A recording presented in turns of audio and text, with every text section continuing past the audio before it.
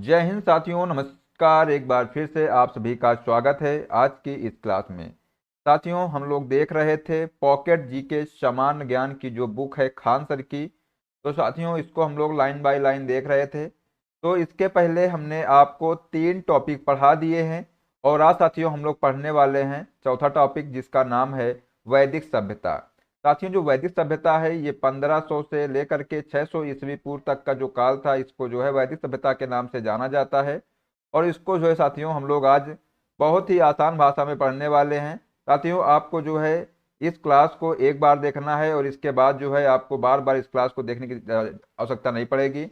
इसलिए साथियों, इस क्लास को शुरू से लास्ट तक जरूर देखिएगा। साथियों, जो ये बुक है ये बहुत ही कामबार साबित होने वाली है आपके किसी भी एग्जाम के लिए। आपका एग्जाम कोई भी हो, चाहे तो वो रेलवे का हो, चाहे वो एनटीपीसी का हो, चाहे आरआरबी ग्रुप डी का हो, पुलिस का हो, दरोगा का हो, साथियों कोई सा भी एग्जाम हो, सभी एग्जाम के लिए साथियों ये बहुत ही रामबार साबित होने वाली है। और साथियों, इस बुक से जो है सभी क्वेश्चन इसी बुक से पूछे जाते हैं। आप सभी लोगों ने देखा होगा कि जितने भी एग्जाम हुए हैं और अभी जो एग्जाम आने वाले हैं साथियों, इन सभी एग्जामों के लिए ये जो बुक है ये काफ़ी इम्पोर्टेंट होने वाली है। इसलिए साथियों इस बुक को एक बार जरूर पढ़िएगा। आइए साथियों शुरू स्टार्ट करते हैं। साथियों, इस क्लास स्टार्ट करने से पहले अगर चैनल पर पहली बार आए चैनल को सब्सक्राइब कर लीजिए और जो बेल आइकन है उसको प्रेस कर लीजिए, जिससे कि आने वाली सभी क्लास का नोटिफिकेशन आपको मिलता रहेगा। तो साथियों आइए देखते हैं। सबसे पहले आज हम लोग देखने वाले हैं वैदिक सभ्यता के बारे में। साथियों, जो वैदिक सभ्यता है ये 1500 से लेकर के 600 ईस्वी पूर्व तक का जो काल था, इसी को जो है वैदिक सभ्यता के नाम से जाना जाता है। सिंधु सभ्यता के बाद जो नवीन संस्कृति प्रकाश में आई, उसके बारे में हमें संपूर्ण जानकारी वेदों से मिलती है और इसीलिए इस काल को हम वैदिक सभ्यता के नाम से जानते हैं। साथियों, आप लोग इससे समझ गए होंगे कि इसके पहले साथियों कौन सी सभ्यता थी। तो सिंधु सभ्यता थी, ठीक है। तो सिंधु सभ्यता के बाद जो नवीन संस्कृति का जो प्रकाश में आई है उसी को कहते हैं वैदिक सभ्यता। वैदिक काल को 2 भागों में विभाजित किया गया है। पहला है ऋग्वैदिक काल, जिसका समय है 1500 से लेकर के 1000 ईस्वी पूर्व।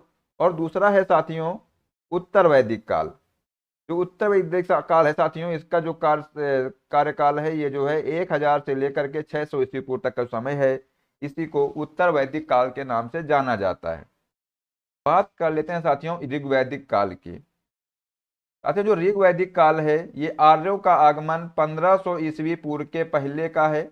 आर्य आरंभ में सप्त सैंधों में बस गए थे। सर्वप्रथम पंजाब व अफगानिस्तान में बसे थे। कौन? आर्य, ठीक है। प्रोफेसर मैक्स मूलर ने आर्यों का निवास जो है मध्य एशिया बताया है। क्या बताया है साथियों? ये इंपॉर्टेंट पॉइंट है, ये एग्जाम में पूछा जा सकता है कि आर्यों का निवास मध्य एशिया जो है किसने बताया है। तब साथियों आप लोग आंसर बताएंगे प्रोफेसर मैक्स मूलर ने। आर्य शब्द का अर्थ है श्रेष्ठ, यानी कि कुलीन होता है। इसके बाद साथियों आगे देख लेते हैं।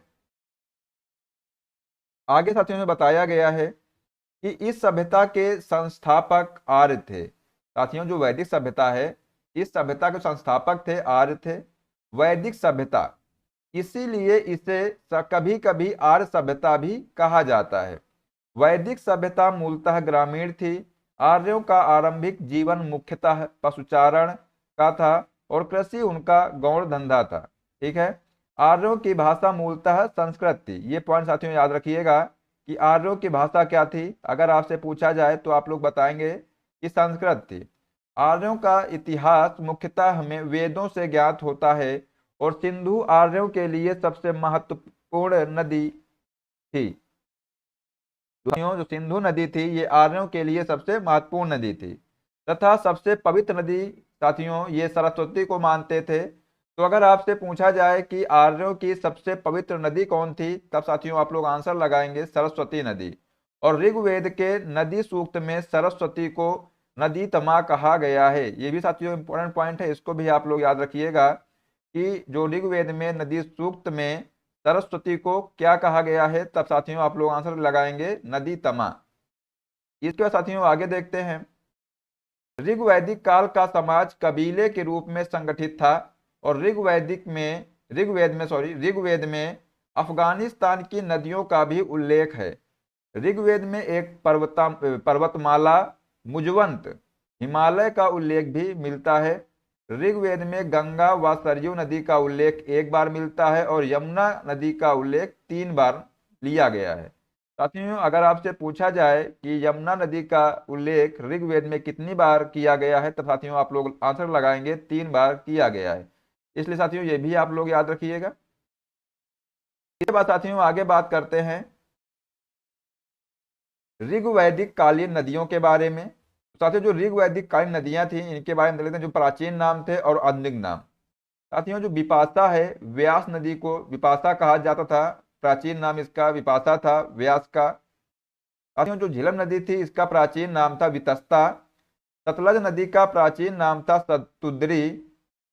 रावी नदी का जो प्राचीन नाम था साथियों ये था प्रुषणी या इरावती। चिनाब नदी का प्राचीन नाम था अस्कनी। और इसके बाद साथियों आगे देखते हैं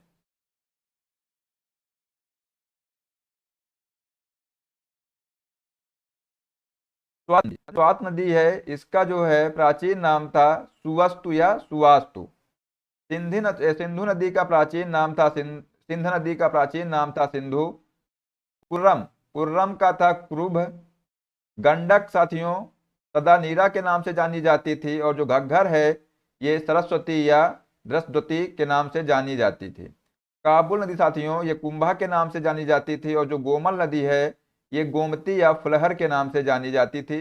साथियों जो ये नाम है इनके प्राचीन नाम साथियों आपसे एग्जाम में पूछे जाते हैं, तो इसलिए आप लोग इनको याद कर लेना। ठीक है, इसके बाद साथियों आगे देखते हैं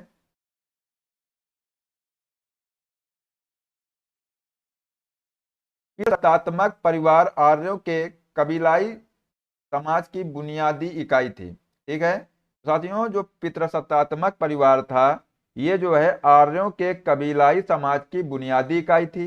और ऋग्वेद में आर्यों के 5 कबीले होने की वजह से उन्हें पंचजन्य कहा गया।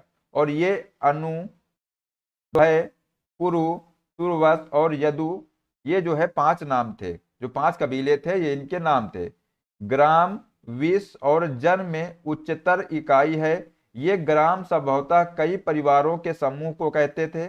ग्रामीणी ग्राम का मुखिया होता था। साथियों एग्जाम में क्वेश्चन पूछा गया है कि जो वैदिक सभ्यता थी इसमें जो है ग्राम का मुखिया जो होता था उसको क्या कहते थे, तो आप लोग आंसर साथियों याद रखिएगा, ग्रामीणी कहते थे।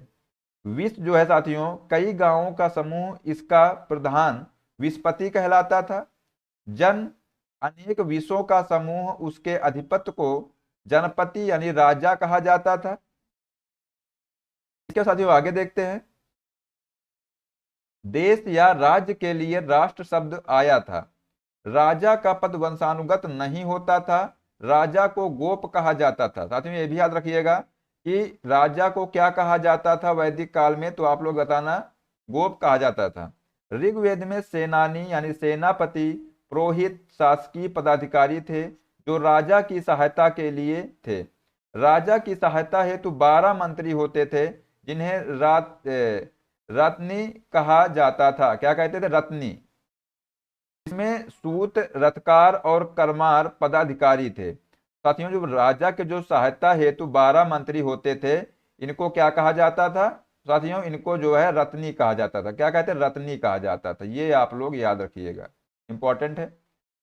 पुरप और पुरुप दुर्गपति होता था जो सैनिक कार्य करता था तथा स्पर्श गुप्तचर होते थे। ठीक है, इसके बाद साथियों आगे बात करते हैं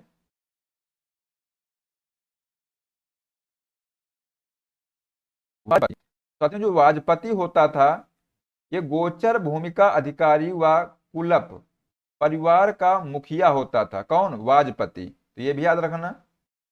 जो दूत होता था, दूत समय समय पर संधि विग्रह के प्रस्तावों को लेकर राजा के पास जाता था। और विदत जो है साथियों ये सर्वाधिक प्राचीन संस्था थी जो धन का बंटवारा करती थी।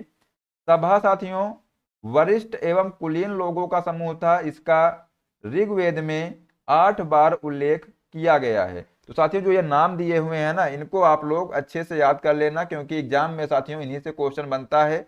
ऐसे बनता है कि अगर आपसे पूछ लिया जाए कि जो गोचर भूमि का जो अधिकारी होता था उसको क्या कहते थे, तो साथियों आप लोग आंसर लगाएंगे वाजपति कहते थे। ठीक है। इसी तरह अगर आपसे पूछा जाए कि जो धन का बंटवारा करता था उसको क्या कहते थे, आप लोग बोलेंगे साथियों विदत कहते थे। ठीक है। इसलिए साथियों ऐसे ही क्वेश्चन जो है एग्जाम में बनते हैं। इसके साथियों आगे बात करते हैं समिति की। तो साथियों जो समिति होती थी यह जनप्रतिनिधियों के समूह का प्रतिनिधित्व करती थी और इसके सभापति को ईशान कहा जाता था। वैदिक कालीन न्यायाधीशों को प्रश्न विनाक कहा जाता था। अधिकतर लड़ाइयाँ जो हैं युद्ध जानवरों जैसे कि गायों व घोड़ों के लिए लड़ी जाती थी। युद्ध के लिए गविष्ट शब्द का प्रयोग किया जिसका अर्थ है गायों को खोज, यानी कि जिसका अर्थ साथियों गायों की खोज। ये भी आप लोग याद रखिएगा कि जो साथियों जो युद्ध के लिए गविष्ट शब्द का प्रयोग किया गया है, और जो गविष्ट शब्द का साथियों अर्थ क्या होता है, तो गविष्ट का अर्थ होता है गायों की खोज। ठीक है। इसका साथियों आगे बात करते हैं।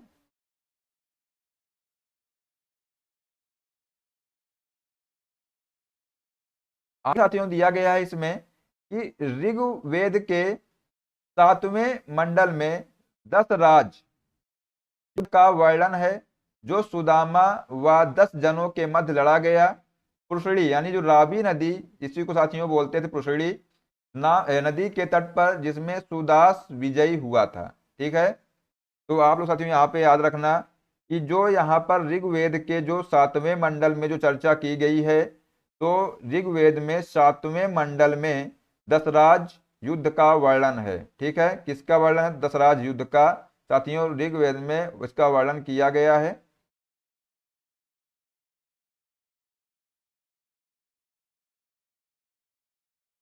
जो साथियों सुदास व 10 जनों के मध्य लड़ा गया।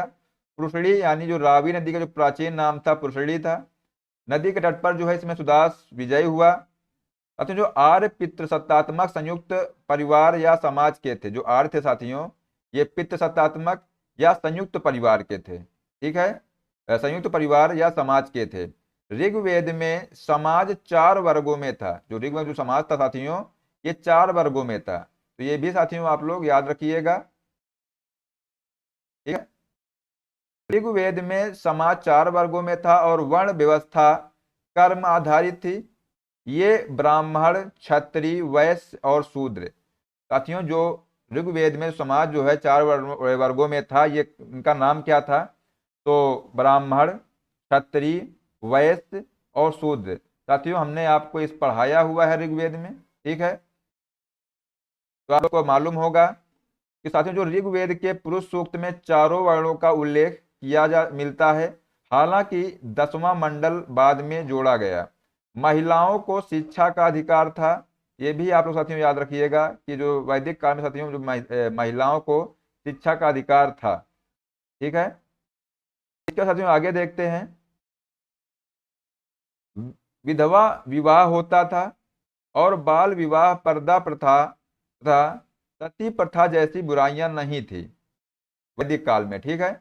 आजीवन अविवाहित रहकर विद्या अध्ययन करने वाली महिलाओं को अमाजू कहा जाता था। साथियों इंपॉर्टेंट प्रश्न है साथियों, जो इसको याद कर लेना।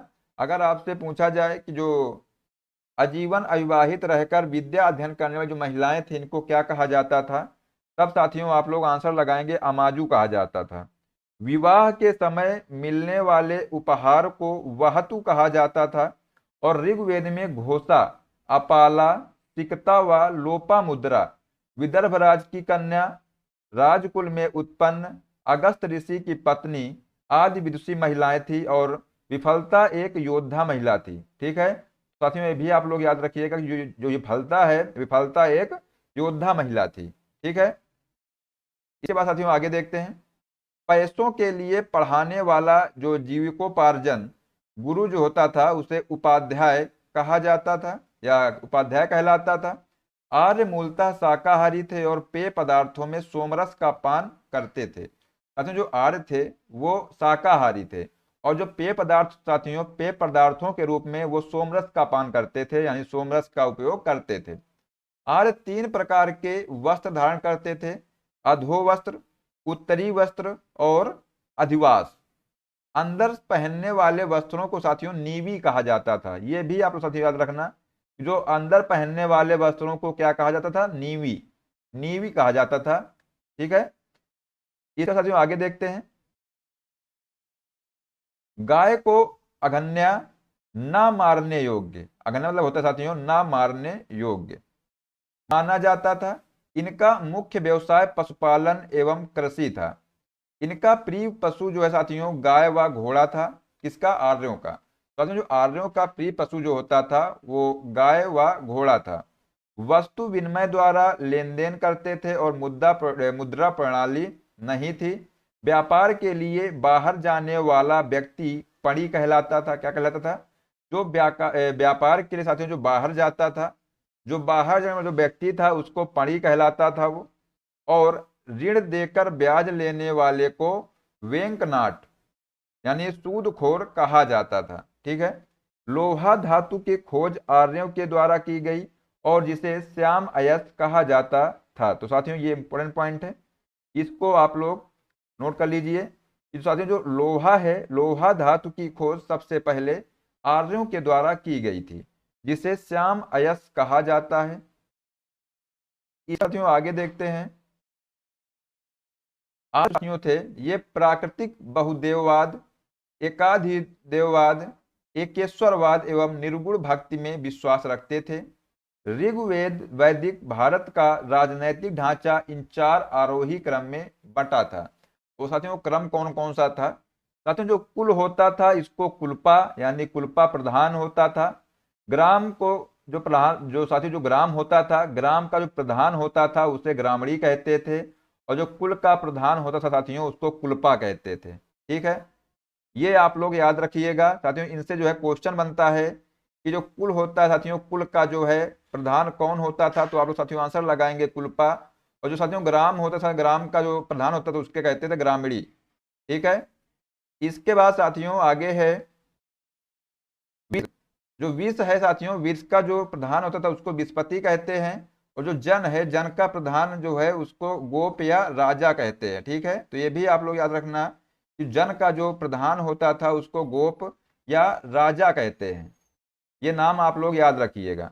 ऋग्वैदिक कालीन देवता की बात करते हैं, तो आइए देख लेते हैं। साथियों इधर देवता दिए हैं और इनका संबंध दिया हुआ है। साथियों जो मारुत देवता है, कौन? मरुत देवता। मरुत देवता साथियों इनका संबंध तूफान का देवता इनको कहते हैं।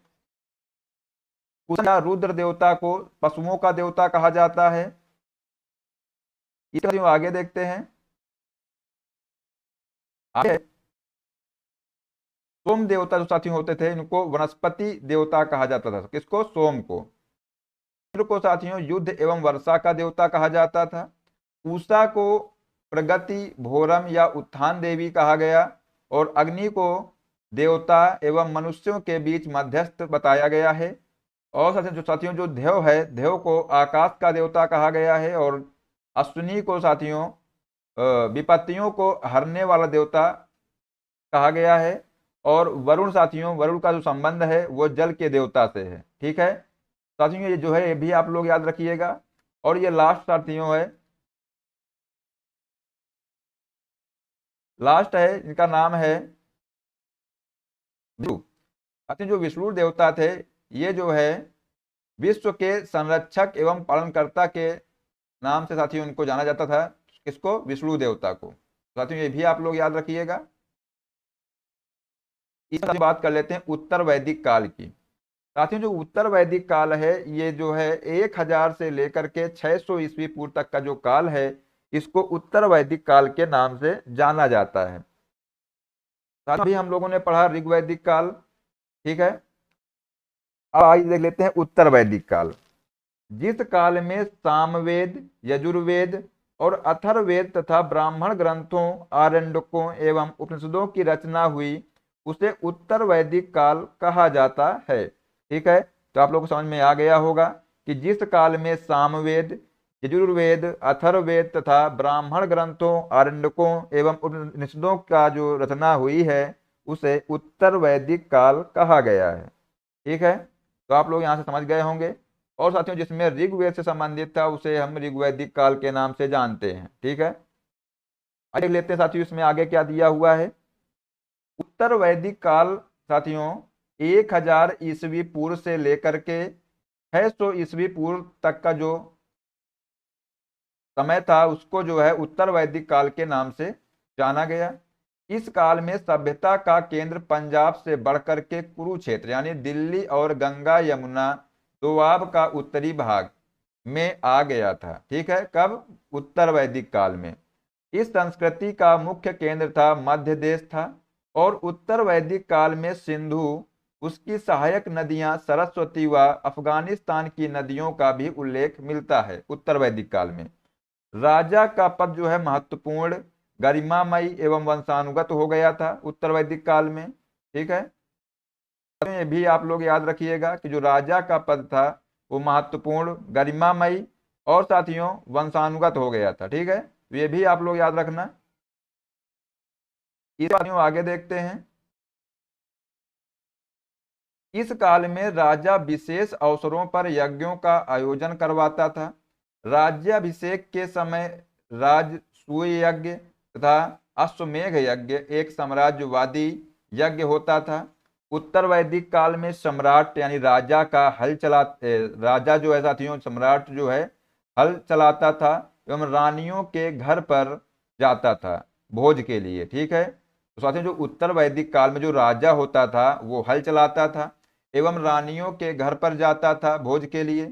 हल को सिरा व हल रेखा को सीता कहा जाता था।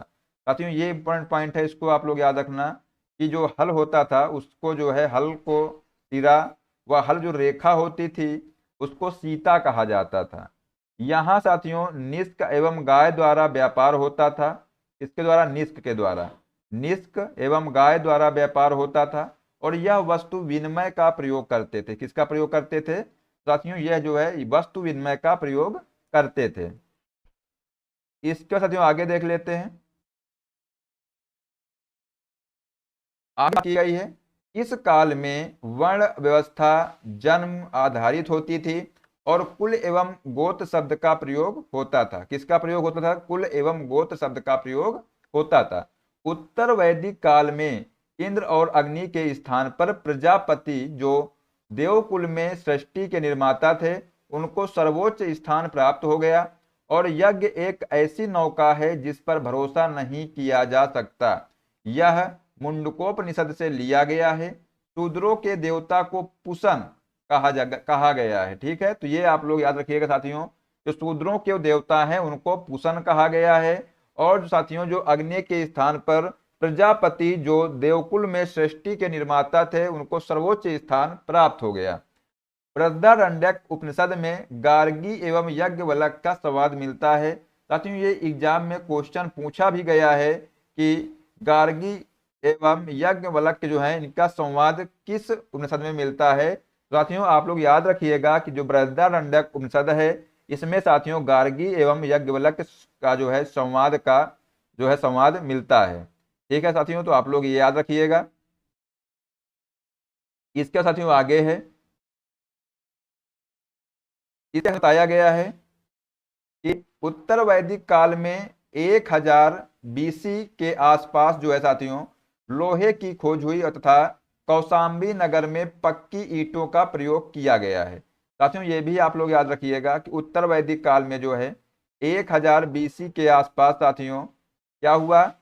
लोहे की खोज हुई थी।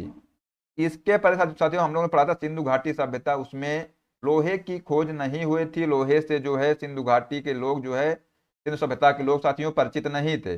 लेकिन साथियों यहाँ पर देखा आप लें कि जो उत्तर वैदिक काल है इसमें 1000 BC में आसपास जो है लोहे की खोज हुई तथा कौशाम्बी नगर में पक्की ईंटों का प्रयोग किया गया था। उत्तर वैदिक काल में बहुत से प्रवर्तक हुए। निष्काम कर सिद्धांत का प्रथम प्रतिपादन ईशोपनिषद में हुआ। संभवतः इसी काल में 2 महाकाव्यों की रचना प्रारंभ हुई। और साथियों महाकाव्य कौन कौन से हैं ये इंपॉर्टेंट है, इनको याद रखिएगा, महाभारत और रामायण। ठीक है साथियों, जो महाभारत है इसका पुराना नाम क्या है? तो जय संहिता है। ये भी आप लोग याद रखिएगा कि जो महाभारत साथियों है इसका पुराना नाम है जय संहिता। महाभारत विश्व का सबसे बड़ा महाकाव्य है। ठीक है, जो महाभारत है साथियों ये विश्व का सबसे बड़ा महाकाव्य है, तो ये भी आप लोग ध्यान रखना। इसके साथियों आगे देख लेते हैं। आगे बात की गई है प्रमुख धर्मवाद जो उसके रचयिता हैं, इनके बारे में देख लेते हैं। साथियों यहाँ पर दिया गया है दर्शन और इधर दिया है रचयिता यानी प्रवर्तक। देख लेते हैं। साथियों अगर बात करते हैं योग दर्शन की, तो साथियों योग दर्शन के जो प्रवर्तक हैं उनका नाम है पतंजलि। साथियों इनसे जो है क्वेश्चन बनता है, आप लोग इनको भी अच्छे से याद कर लेना, इन्हीं से क्वेश्चन बनता है। एग्जाम में आपसे पूछा जाता है कि बताइए जो योग दर्शन है इसके प्रवर्तक कौन है, तो साथियों आप लोग यहाँ पर याद रखिएगा पतंजलि हैं। पूर्व मीमांसा साथियों इसके जैमिनी हैं। उत्तर मीमांसा के बादरायण हैं। सांख्य जो है साथियों, सांख्य दर्शन के जो प्रवर्तक हैं वो कपिल मुनि हैं। चारवाक यानी जो भौतिकवादी हैं, इनके जो प्रवर्तक है चारवाक के चारवाक हैं। सांख्य के कपिल मुनि है, ये भी याद रखिएगा। उत्तर मीमांसा के बादरायण है। ठीक है, इसके बाद साथियों आगे देख लेते हैं। आगे है न्याय दर्शन के। साथियों जो न्याय दर्शन है इसके प्रवर्तक गौतम है। ठीक है साथियों, इनको आप लोग अच्छे से याद रखिएगा कि न्याय दर्शन के गौतम है। और यहाँ पर दिया था योग दर्शन के पतंजलि हैं, पूर्व मीमांसा के जैमिनी हैं, उत्तर मीमांसा के बादरायण हैं, सांख्य दर्शन के कपिल मुनि हैं और चारवाक दर्शन के साथियों चारवाक हैं। साथियों जितने भी ये दर्शन हैं इनको आप लोग याद कर लेना। साथियों अगर आप लोगों को क्लास पसंद आई हो इसको लाइक कर दीजिए, और साथियों आप लोग एक कमेंट जरूर करिएगा कि आप लोगों को जो क्लास है कैसी लगी। ठीक है साथियों, मिलते हैं नेक्स्ट क्लास में। जय हिंद, जय भारत, वंदे मातरम।